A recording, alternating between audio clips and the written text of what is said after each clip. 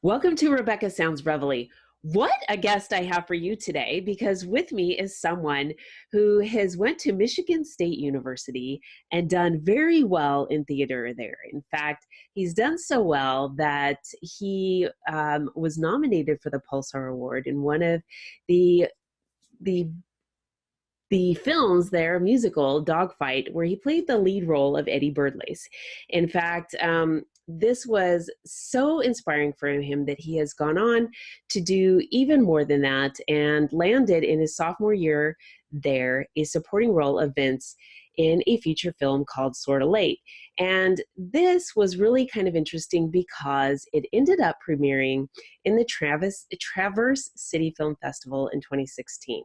So what has happened since then has been an ongoing series of things that has caused him to just been drawn further and further into the film industry.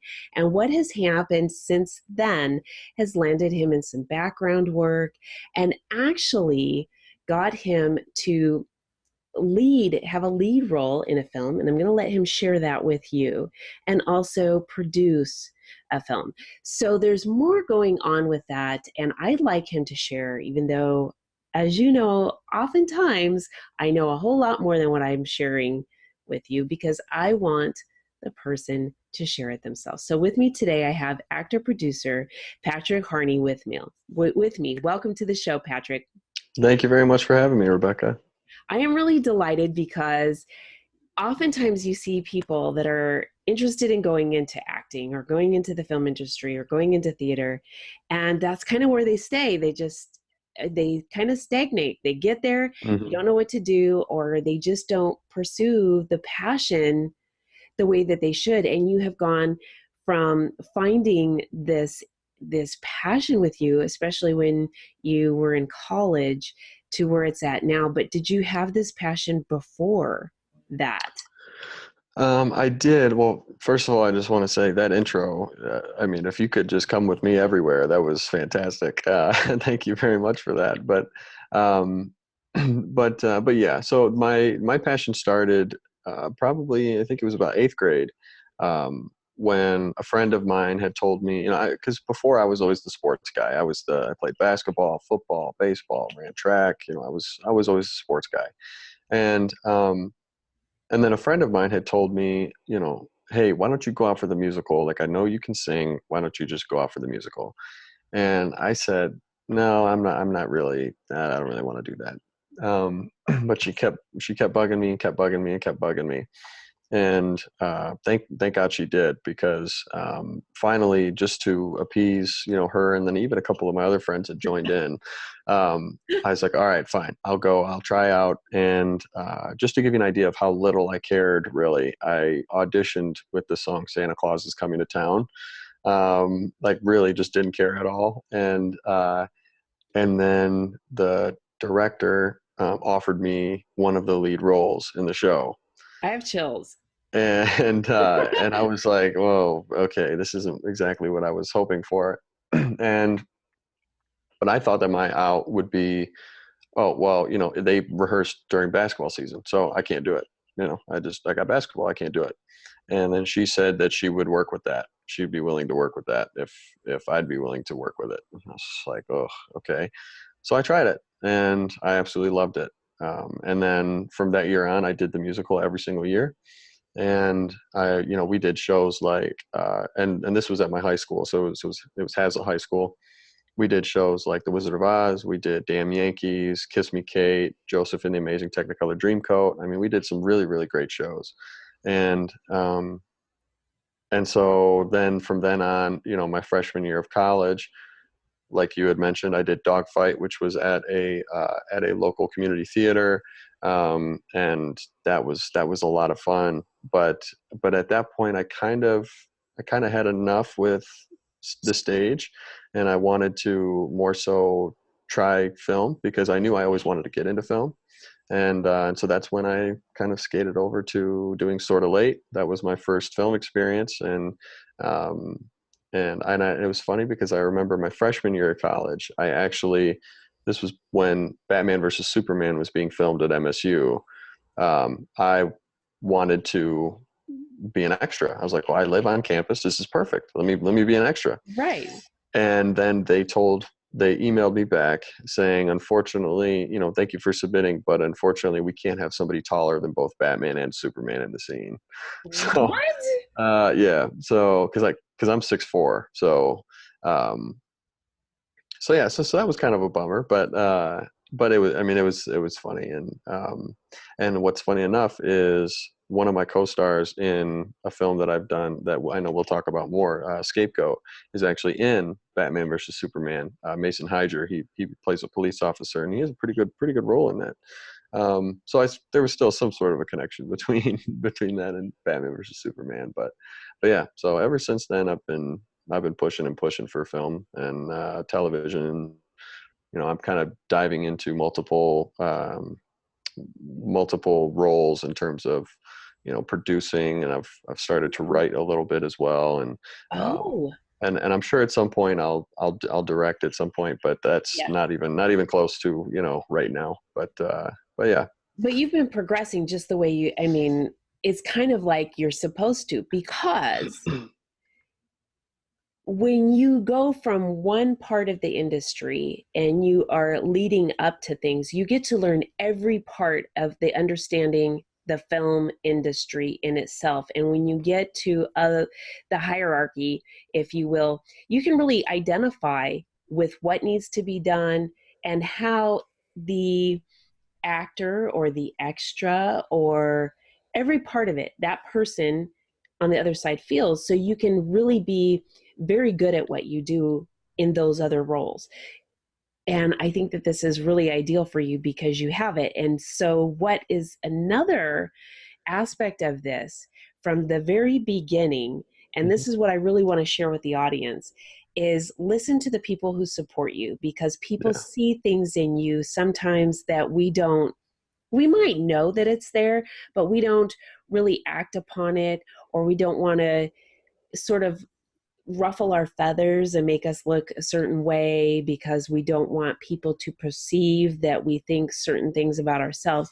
But those talents and those abilities that people see and support us through, we want to listen to those things because they can take us to heights that we never, ever thought we would pursue and go to. And here you are doing that exact thing.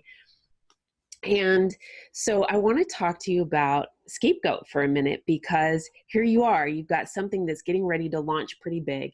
And this is something that you've been working really hard at. So can you share, I know there's things that you can't share, but can you share with us some things about this role that you're in and a little bit about the film that you are allowed to share? Yeah. So what I can say about the film is, I kind of give you an overview of what the story's about, but it's about this group of people that they all wake up in the middle of the woods. They don't know how they got there. They're all wearing the same clothing. They each have a marking on their arms. Some of them know each other, some of them don't. And they come to understand that there is some sort of connection between all of them. However, while they're trying to figure that out, they're being hunted at the same time. So it's there's some great action in it. There's some great fight scenes, and there's some comedy in it, and there's a lot of aspects that'll make you think and like really think about, kind of make you look inside yourself a little bit. I like that. But yeah, we started filming it. It's been a hard go at it, but in a good way. We filmed it, and in the post-production process, we've had some bumps along the way, which is to be expected for a film. But you know, but we had a private screening for it, just as kind of like the first cut of the movie. We had a private screening just to see, get some people's reactions and get some of their thoughts. And so we sold out of the first show in under 18 hours, and No kidding. that was 160 people. But we actually oversold, so we had to add a second show, and then we sold out of that show within about 5 days after that. So we had about 330 people come that night to see the movie, and and we got some great reactions from people. I'm really really excited for it to come out.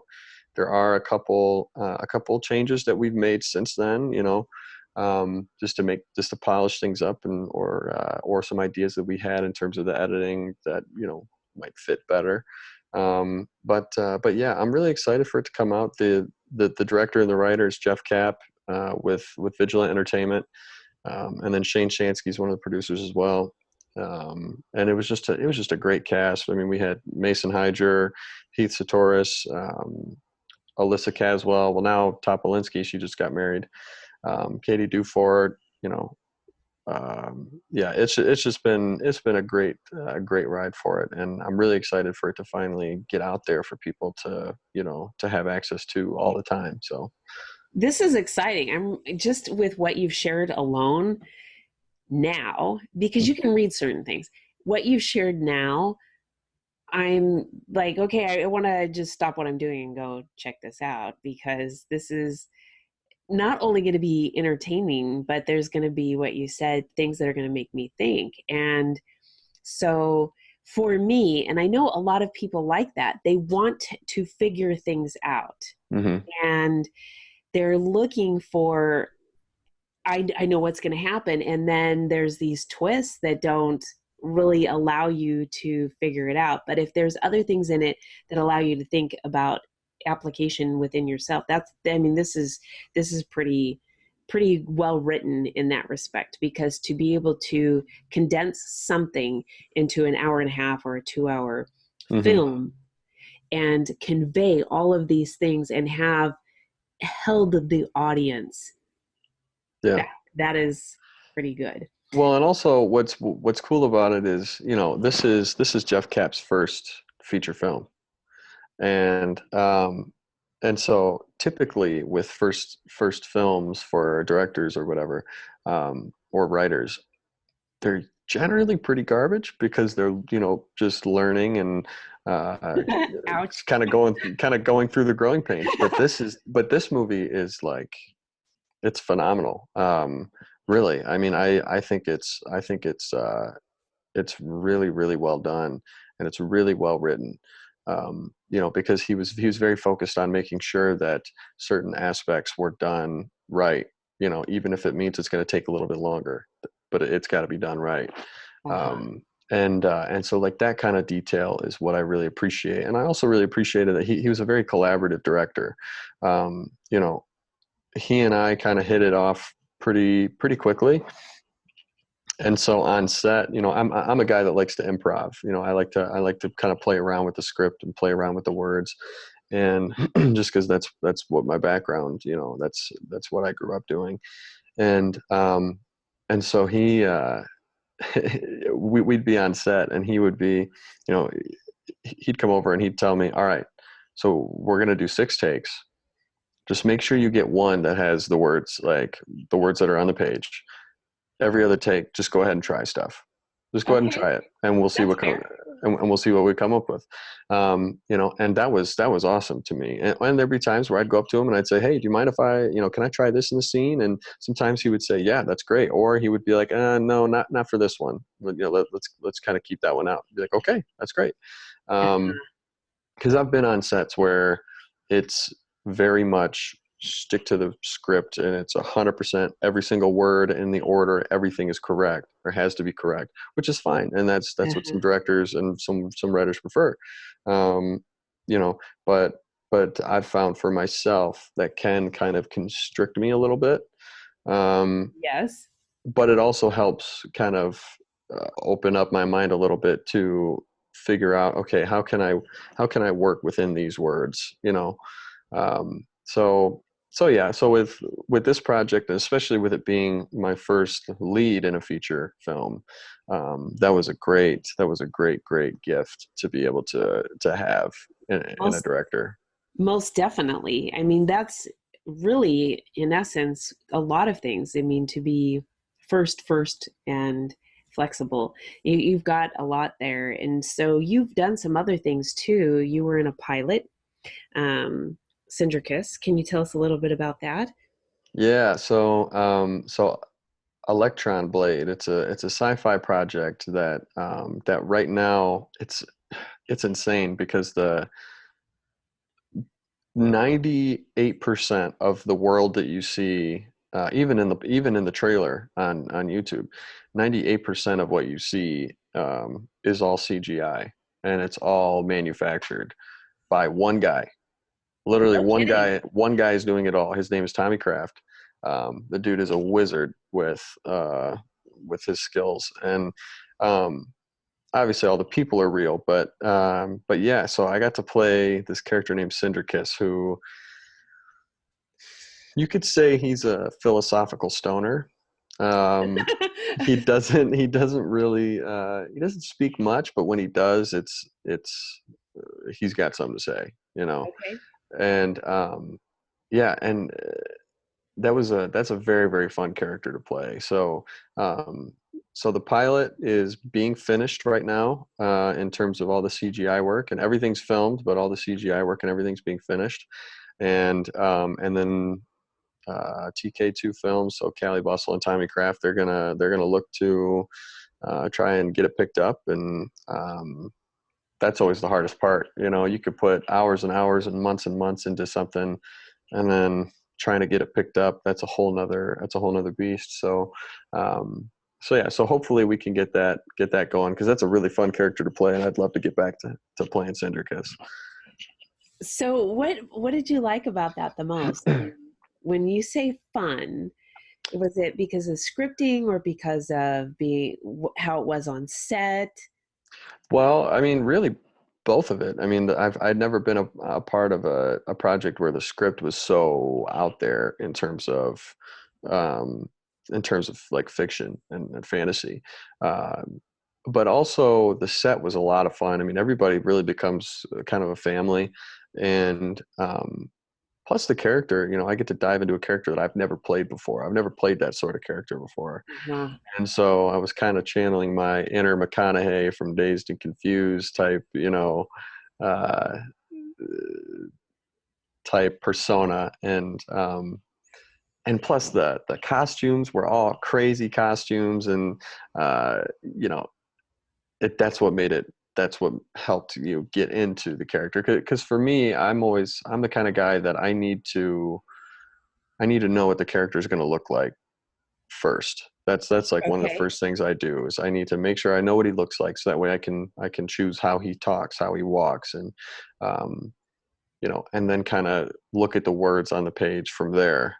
Um, you know, so that it just helps me get into the mindset a little better. And so so with that, it was very easy to get into that kind of mindset because of everything that he was wearing and what he looked like. And you know, he was the kind of guy that he didn't really care what other people thought. He was very much an individual, and um yeah, that was very very fun to play.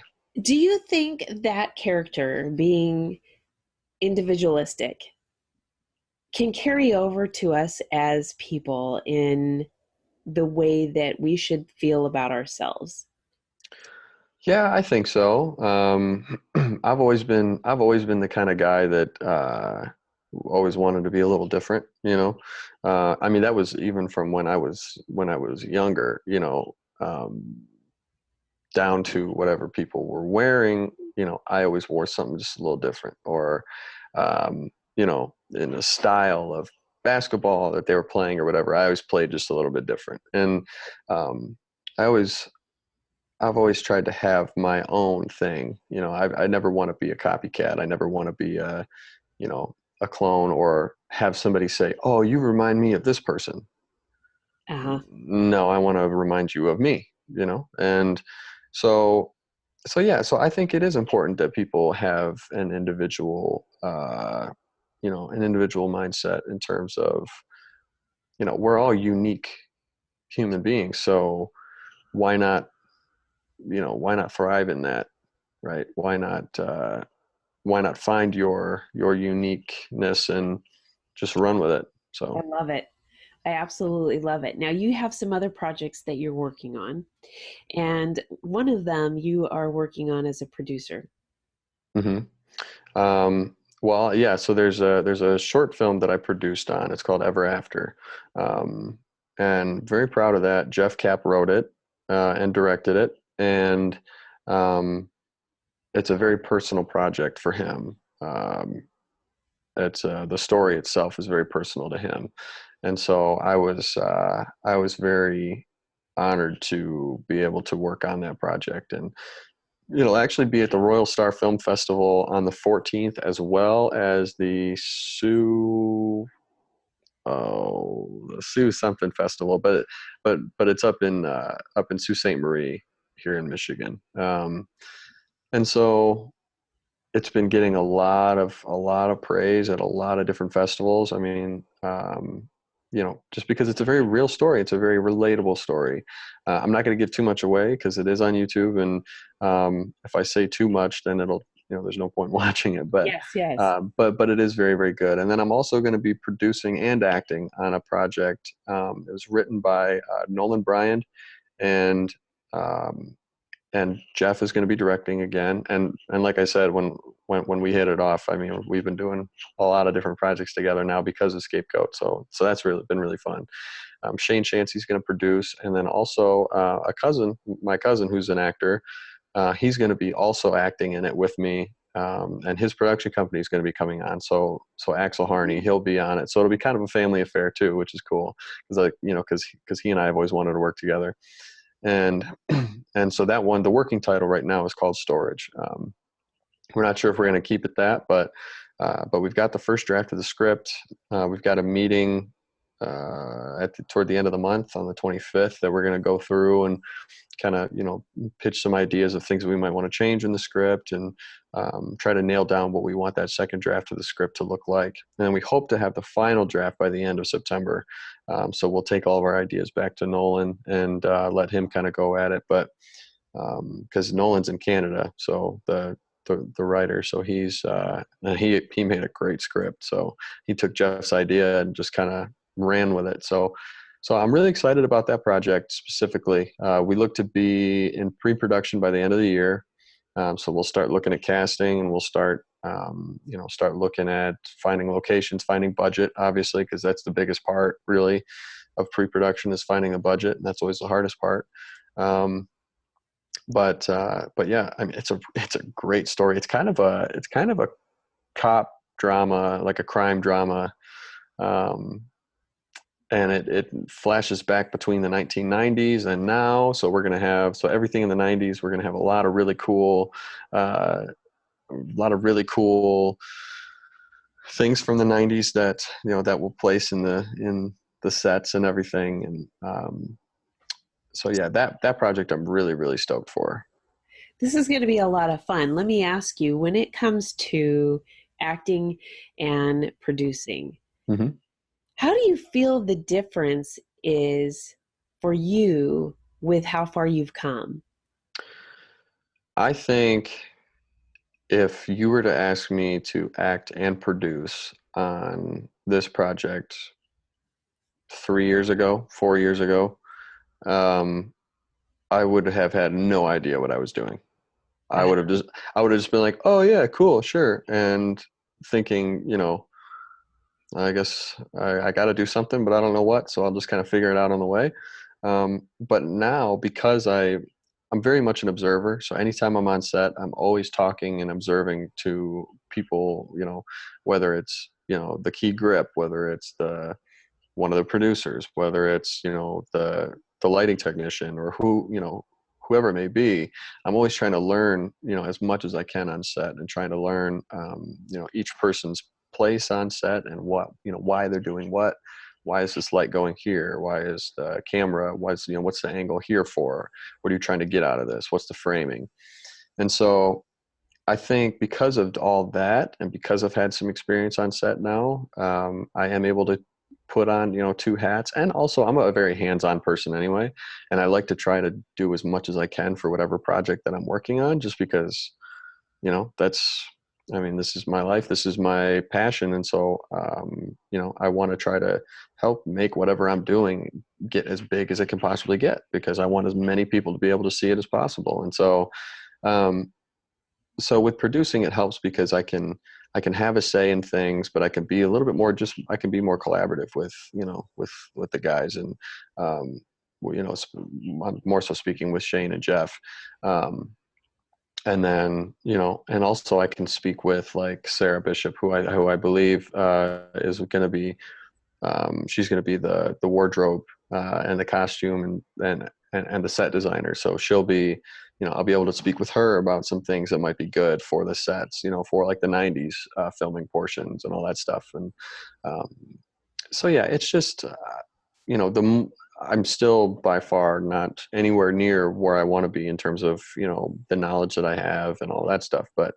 Um, but I think that I've definitely learned a lot more just in the last couple of years, just by working.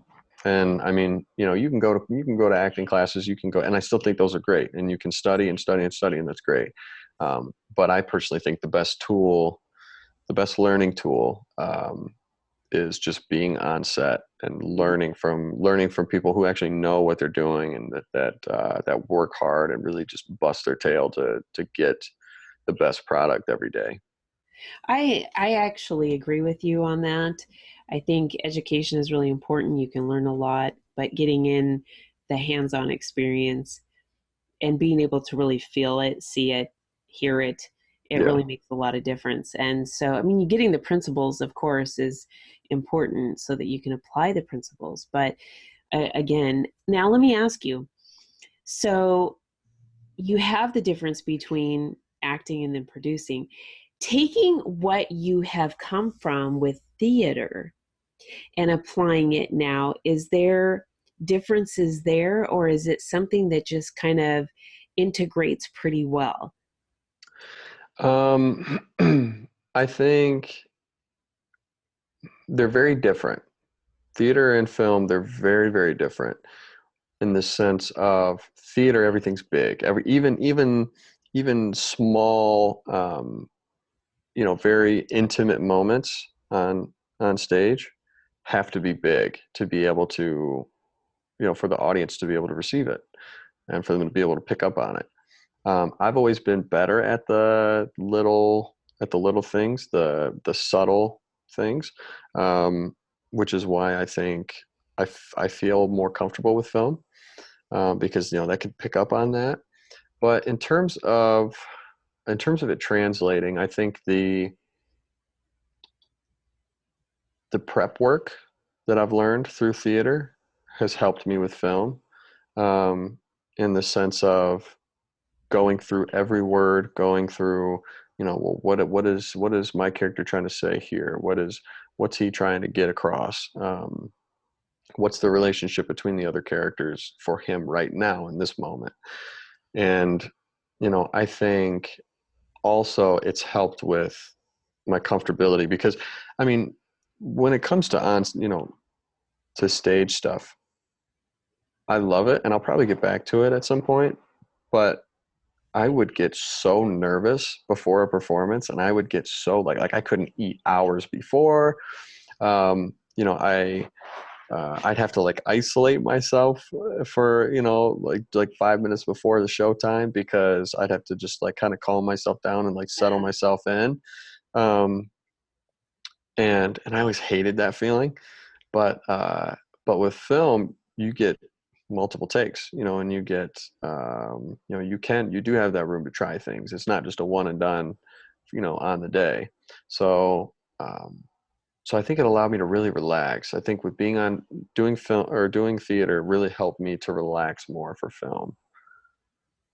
That's a really interesting thing to talk about because we live in a very immediate society, and even with podcasting and other things, you have a lot of live stream, even Facebook live stream, YouTube live stream, Twitch, all of these different things.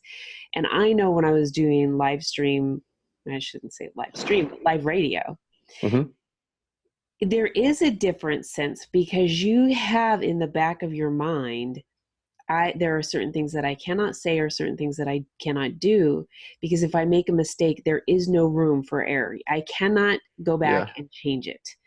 And the beauty of film, like you said, is there is room for error. You can go back, there's editing, you have post-production that they can do things and make it better.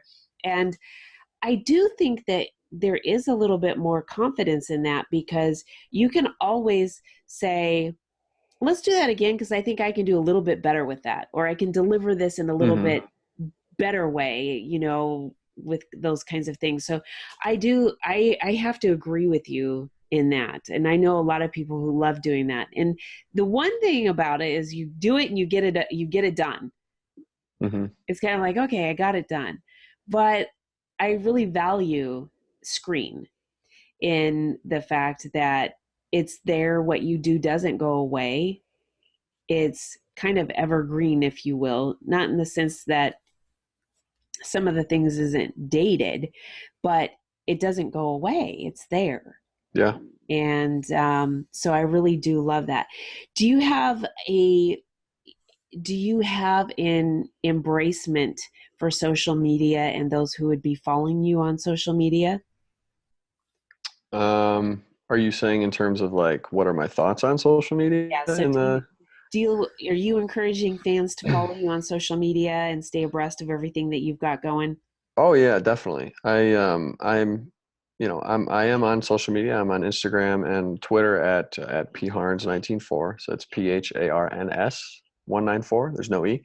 And then I'm also on Facebook as well. It's at official P Harney.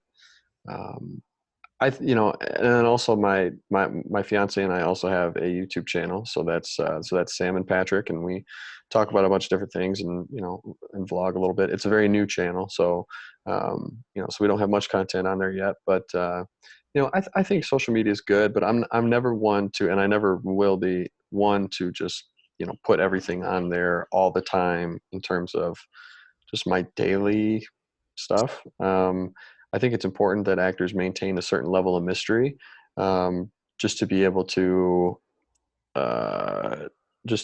maintain, the ability to jump in a character, and when people watch it, they go, "Oh, he's so and so," not, "Oh, that's Patrick Harney in this movie." You know what I'm saying? Yes. I think social media is very, very good for marketing, and that's typically what I use it for. Is if I've got a project that I'm doing, I promote it on that, or any shows that I might be on, like this one. Then I'll promote that, but I don't really dive much into my own personal life on there anymore, just because, again, I want to maintain some certain level of mystery, and that's not an ego thing or a narcissistic thing. That's typically that's honestly just to help my career. Because I feel like if you're too accessible on there, then you lose uh,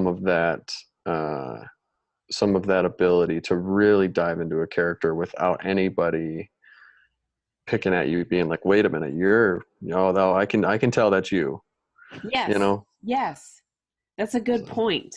I think we do allow too much to be out there, and especially in the sense that you just mentioned, because you want to be able to do a number of different things and not give away everything too. So this is pretty exciting, and I like that you are accessible on a lot of different platforms, so that you can be able to reach the marketing ability and all of the different venues that people are out there. And I know that there's quite a few of them out there, and pretty four big ones, and mhm. you're there. So this is really good, because I think with where you're at and your proven track record, from just going from Pulsar Award to Mm. going into extra work, even being on a music video, to a lead role, to directing, producing, and now dabbling into the writing, which you're going to, I'm sure, end up doing even more than that. Yeah. It's just you are progressing, and I think that as the audience is seeing this and embracing everything that you're doing, they're going to follow you, and your career is going to go very, very far, and you're going to just gain a huge a huge audience that is going to end up propelling you too, because that support system, like we talked about in the very beginning, is just Hmm. going to continue to take you to places that you never thought were possible. And I want to thank you so much for being here today. Well, thank you very much for having me, and thank you for the kind words. That was very, very nice of you. So thank you. Yes, and I want to thank all of you for tuning in to another episode of Rebecca Sounds Reveille. As we talked about today, not only does Patrick have a lot going on for him, he shared some insight with some things that are really important. The support system that we have can really take us places. The dedication, hard work also can take us places. We can never give up on our dreams and really know what we have, we can really make a difference. So keep pursuing those things. Don't stop. Listen to that internal voice that you have and continue to just develop the things and skills and your own uniqueness. Don't make Mhm. yourself a blueprint of everybody else, that same copy, carbon copy. And as he said, what it was ever so true, clone. You don't need to clone yourself. All of these things will take you where you need to go. So make sure you share this episode with everybody that you know, all of the family that you have, friends, colleagues, everybody you know on social media, everybody that you don't, and make sure that you connect with Patrick Harney. Thanks for tuning in.